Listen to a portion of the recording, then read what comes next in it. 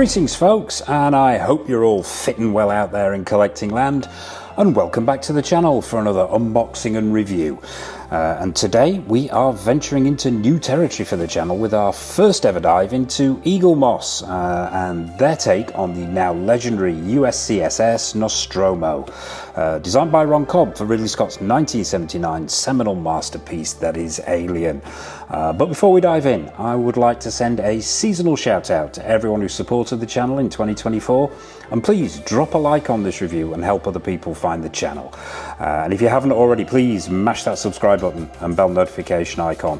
Not only will you be sure not to miss any of the action figure and collectible goodness coming up on the channel, but you'll also be making an old collector very happy in his dotage, which must be rewarding itself surely. So, Eaglemoss, they've been around in the UK since about 1975 in one form or another. And under the Hero Collector banner produced collectible miniature spaceships and figures until around about 2022, when they unfortunately, for many reasons that we won't go into here, went into receivership. As regulars to the channel will know, I tend to gravitate towards 1/6 and 1/4 scale action figures and statues, but Eaglemoss have been on my radar for quite a while, but I was wary of opening up that particular rabbit hole for fear of disappearing down it for good. But what remains is unlikely to be around for much longer, so I thought I'd take the plunge, and depending what comes out of this box, we might be seeing more of Eaglemoss products reviewed on the channel, so stay tuned for that. So, usual format folks, box, then close up with the Nostromo, and then we'll be wrapping the whole thing up with the usual showcase at the end.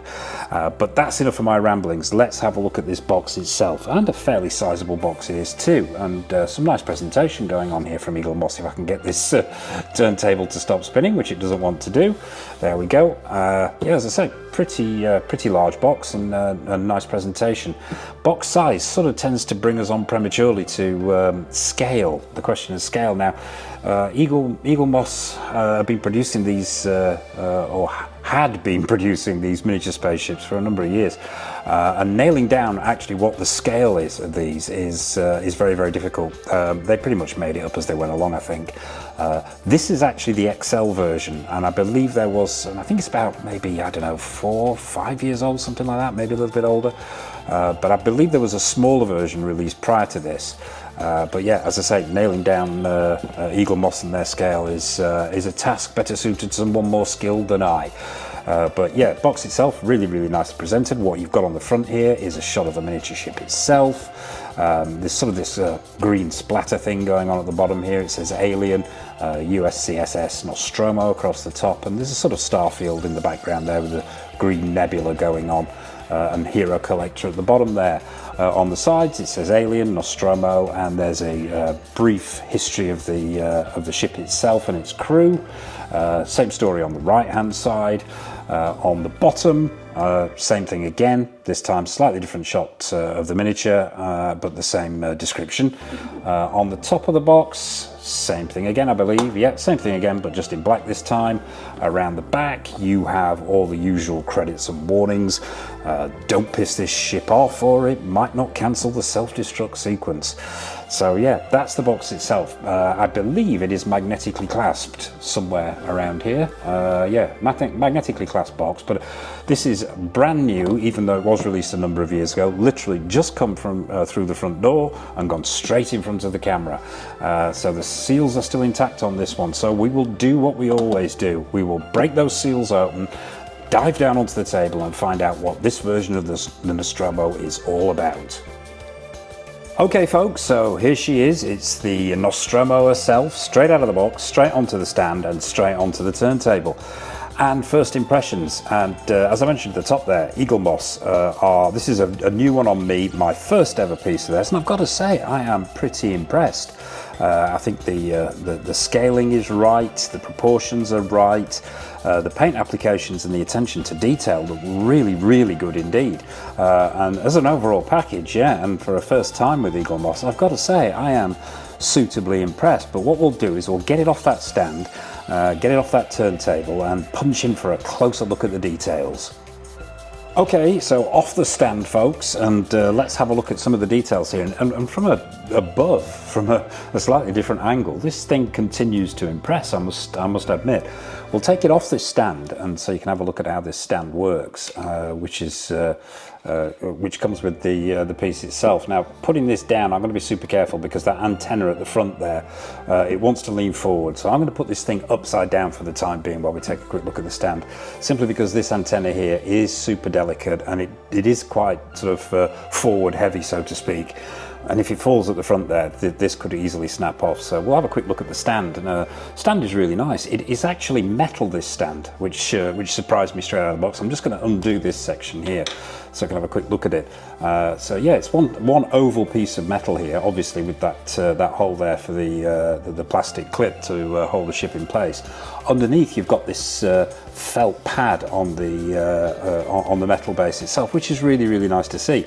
So that's going to minimise movement in the display. And you've got this little sticker on there that says Alien, Nostromo, and 20th Century Studios on there. So yeah, it's got some heft to it, so it's going to keep the miniature stable, and it's just really nicely done. Very simple and really nicely done. And as I mentioned there before, you get this clear, it feels like acrylic actually, not plastic. This support section, which simply slots in to the stand in that groove there. I did notice this straight out of the box. I have to be a little bit careful with this when you're actually attaching it to the stand. Probably easier to do it while you're holding the actual ship itself, because it actually, and I hope we can get this into shot so you can see, it actually you have to sort of negotiate your way around the back of the ship, and then it slots over the main body of the ship like that.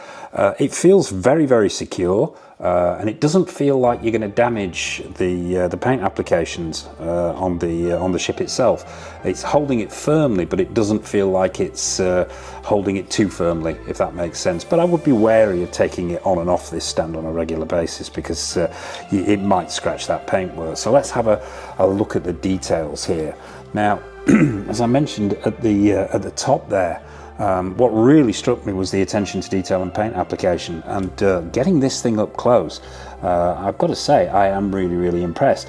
In particular, it's that paneling. I love how they've done that sort of mosaic paneling on the body itself. As you can see here, and it's not uniform, so there are certain areas which are more defined than others, and there's multiple paint applications on here. There's greys, all different shades of grey going on.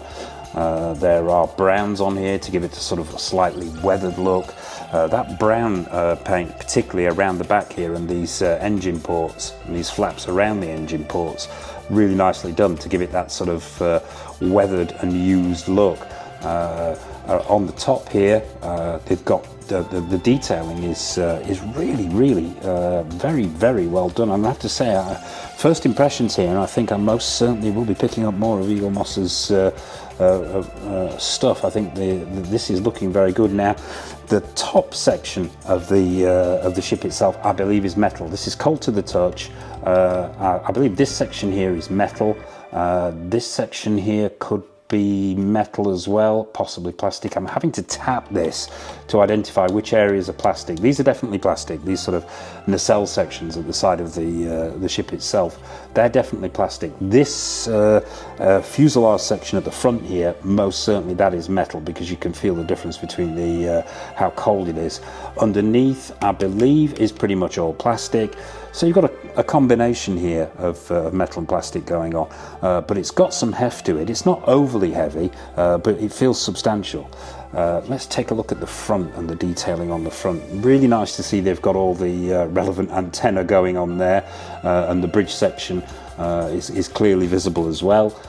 Yeah, just overall, I think they've done a fantastic job here, particularly at the price point. I have to say, these things don't cost an arm and a leg. I'm sure they're going to go up as stocks diminish. I know another company has actually picked up what remains of Eaglemoss's stock and is currently selling it. Where it goes from there is anybody's guess. So these things might become rarer and rarer as time goes by. But overall, yeah, let's have a look underneath. I think they've done a really, really nice job here. Probably a good thing that I waited until now to dive down the Eaglemoss rabbit hole, because I can see this getting problematic. But yeah, once again, that detailing is continued underneath.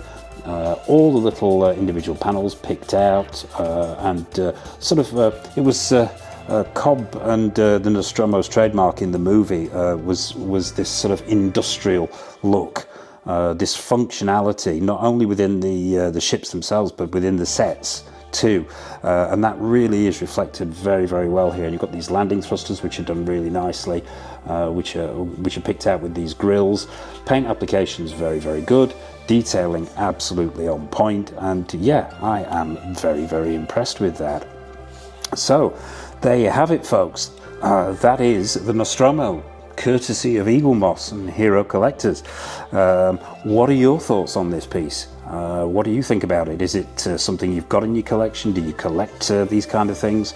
Is it something on your radar? What are your thoughts on the movie? What are your thoughts on Cobb's design? What are your thoughts on anything? Please drop a comment in the comment section below. Nothing is off menu. We'll pop this back on the stand, and I'm going for final thoughts on this one.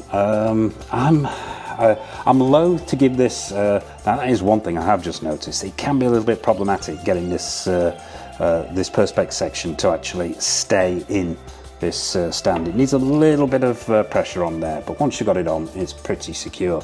And we'll pop it back on here so we can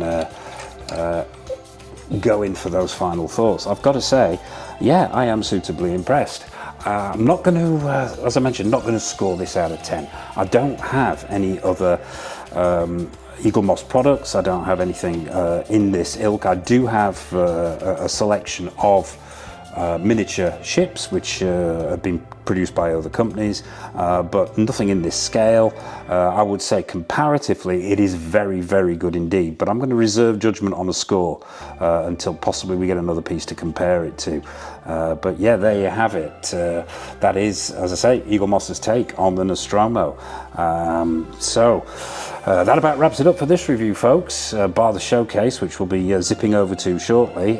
What's coming up on the channel? Well, in the 1/6 scale world, I'm not going to go into individual figures in the 1/6 and 1/4 scale world, but suffice it to say, we have stuff from In Art, from Pure Arts, from Hot Toys, from Susu Toys, from 3.0, Present Toys, Org Toys, the list goes on. So yeah, plenty of stuff coming in, new stuff coming in. We've got retro reviews of action figures and collectibles. We have showcases. We have more episodes of Don't Make Me Choose, where I pit two action figures against each other. More episodes of Grail or Fail, where we revisit older Grail pieces to find out if they still hold up today. So yeah, plenty of stuff coming up on the channel. So please, as I mentioned at the top there, hit that subscribe button and mash that bell notification icon so you're not missing any of the good stuff.